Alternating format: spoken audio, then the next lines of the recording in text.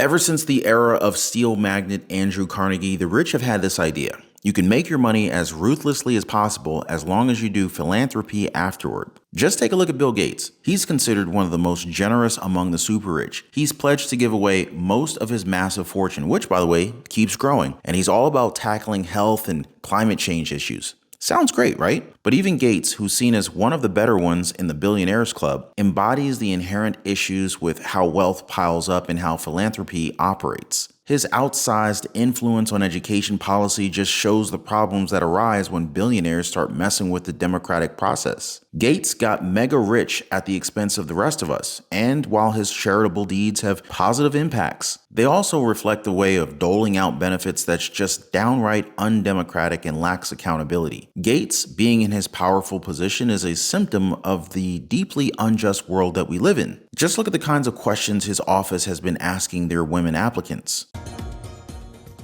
Now, a report emerged that says women applying for jobs in billionaire businessman Bill Gates' private firm face sexually explicit questions from the interviewers. This is a report from the Wall Street Journal. This is the latest controversy to have surfaced linked to the Microsoft co-founder. As per Wall Street Journal report, the women who had applied for roles in Gates' ventures were asked multiple questions on their private life. This was done as part of the background check by a security consulting firm called Concentric Advisors, which was tasked with the purpose. According to the Wall Street Journal, multiple women were questioned on whether they had any extramarital affairs, nude photos on their cell phones, or whether they have ever danced for money and other things related to their sexual history as well. I totally get what people mean when they say calling Bill Gates a philanthropist is like calling Jeffrey Dahmer a chef. Oh, and let's not forget about how much farmland Bill Gates owns. He's easily the largest landowner in the entire country. That's how much farmland he owns. And I don't have to tell you how owning farmland is a scary one. It's almost like owning railroads in Monopoly, where one might be useless on its own, it multiplies the more you buy. With enough farmland, you can pressure the counties they exist within to do whatever you want. You can have senators approve extra subsidies for farmers, which everyone is generally on board with. And you can threaten to withhold food, pushing prices up and causing public distress. It's also a portal to owning water rights, and water is set to become scarcer in the future and more valuable. Now, why don't we hear about this other side of Bill Gates from mainstream media? Well, he pays extra big money to keep himself out of the media. Allegedly, Bill Gates has spent at least $319 million on manipulating the media, all to convince the world that he is, in McCloud's words,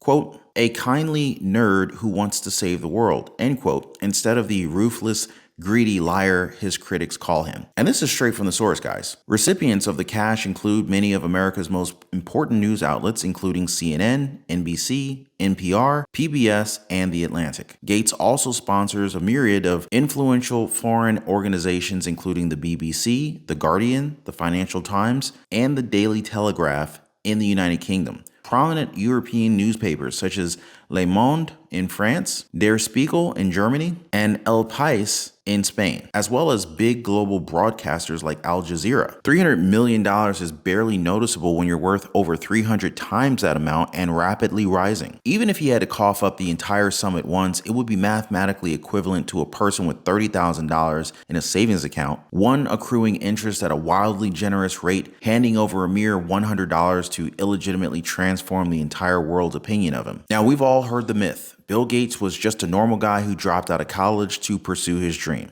Sounds nice, right? Well, what mainstream media outlets fail to mention is that Bill's mother is Mary Gates, who was president of United Way at the time. She had convinced IBM to hire Microsoft, Bill Gates' company, to create an operating system for the computing giant. The rest is history. Now, this isn't to say Bill Gates didn't have talent. Sure, of course he did. He put in some hard work, but that doesn't discredit the fact that Bill's career break wouldn't have happened if he wasn't the child of wealthy, well-connected parents who were able to convince IBM to hire the then obscure Microsoft. You know what I mean? The real honest news here on our channel, guys. Don't forget to subscribe and hit that notification bell. Thank you guys for always watching. Thank you for always lighting up that like button. I appreciate you guys. Ever wonder how Bill Gates got so rich and ended up having a say in major decisions about public health and education? Well, it goes all the way back to the early days of Microsoft, the tech giant he co-founded. Back in 1980, Microsoft scored big when it snagged a contract from IBM to create an operating system for their first widely sold personal computers. Back then, IBM was the go-to name in corporate tech. Here's the interesting part. Microsoft was just a small startup when it landed the IBM deal. No one is quite sure how they got the opportunity, but some say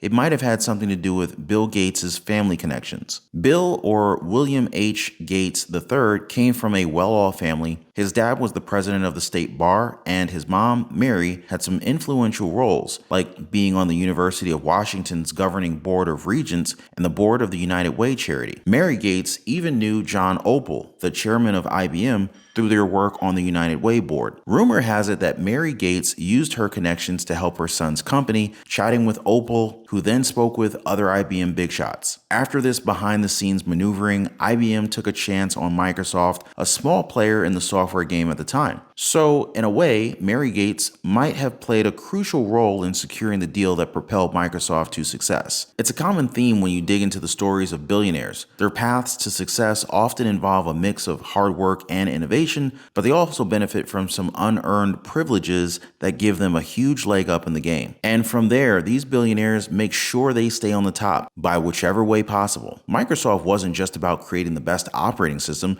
it was also about making sure everyone on the planet used their operating system. Bill Gates' game plan wasn't subtle. He wanted the world hooked on his OS, and he did some controversial things to keep it that way. In their book, Hard Drive, Bill Gates and the Making of the Microsoft Empire, journalists James Wallace and Jim Erickson spill the tea on Microsoft's tactics. They paint a picture of a company that wasn't afraid to play dirty. Microsoft would cozy up with new software and networking companies, acting all interested in collaboration or licensing. But once he got a sneak peek at the goods, suddenly he'd back out of the deal, only to reveal later that they'd been secretly working on a suspiciously similar but competing software. Sneaky, right? And well, it didn't stop there. Microsoft flexed its muscles to make life hard for the competitors. They made it a pain for customers to install anything other than Windows, and then even strong-armed PC vendors into making Windows the default operating system. When a rival came up with a killer word processing program, Gates used Microsoft's size to slash prices, ensuring the little guy couldn't compete. Microsoft's tactics were ruthless, and they weren't afraid to use their dominance to make sure to keep the competition at bay. Bill Gates is generally hated by the open source community as well. He and Microsoft are responsible for some pretty extremely shady operations that nearly killed the open source movement a few different times, but ultimately failed. Eventually, they relented when they realized that they could make even more money through open source. Steve Ballmer, who succeeded Gates as Microsoft CEO, called the Linux operating system a cancer and communism. The company tried a fear, uncertainty, and doubt strategy,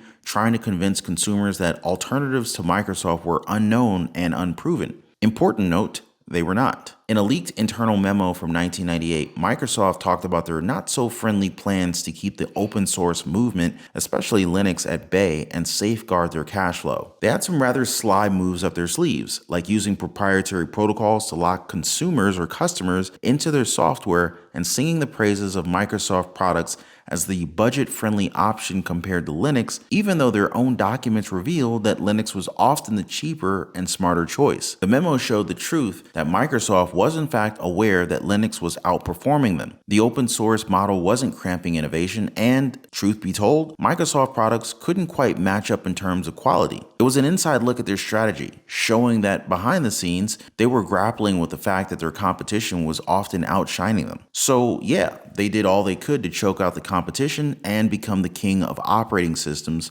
Microsoft is today. Yet, in the last 20 years, Bill Gates has turned around his reputation. The New York Times Dealbook section described how 20 years ago, people associated the name Gates with ruthless, predatory, monopolistic conduct. But after taking a public relations beating during the antitrust trials early going in late 1998, the company started what was described at the time as a charm offensive, aimed at improving its image. Gates contributed $20.3 billion, or 71% of his total contributions to the foundation, disclosed through 2012 during the 18 months between the start of the trial and the verdict. A wealth manager cuts through the liberal feel-good mumbo-jumbo and says that Gates's Philanthropy has helped rebrand his name. Gates dramatically transformed his reputation as one of the most cutthroat CEOs to one of the most admired people on the earth. And, well, it worked. It's easy to forget that way before Bill Gates became the benevolent grandpa figure, he was enough of a notorious ruling class example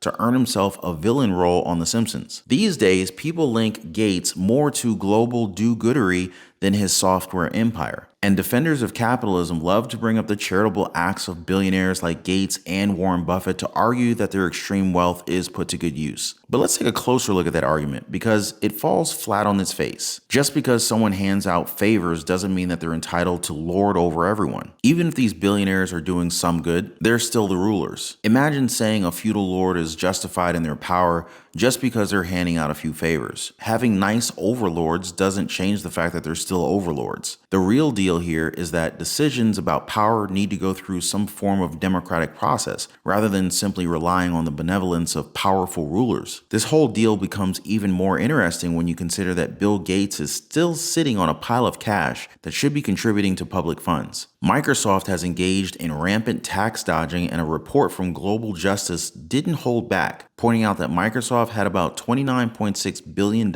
in potential U.S. taxes hanging in the balance if it brought back the $92.9 billion it was stashing offshore. Bill Gates' story is like a tale of two halves. First, the part where he's dominating industries and taking down competitors, sometimes with products that weren't even as good. Then there's the billionaire philanthropist phase where he's flying around in jets, doing good, but maybe not always in the best way, and let's face it, avoiding some accountability. Now, it's seriously frustrating when you stumble upon these online conspiracy theories who hate on Bill Gates for all the wrong reasons. I mean, come on, accusing him of crazy crimes like paralyzing kids with vaccines? That's just wild. According to the BBC, in the COVID era, Gates has basically become the voodoo doll for all sorts of conspiracy theories. Some say he's leading a global elite, others think that he's out to depopulate the world. And then there are the ones who believe he's trying to turn us into a society of microchipped individuals. Gates isn't a secret lizard person. At least I hope not. And his foundation has actually done some pretty good stuff. But the thing is,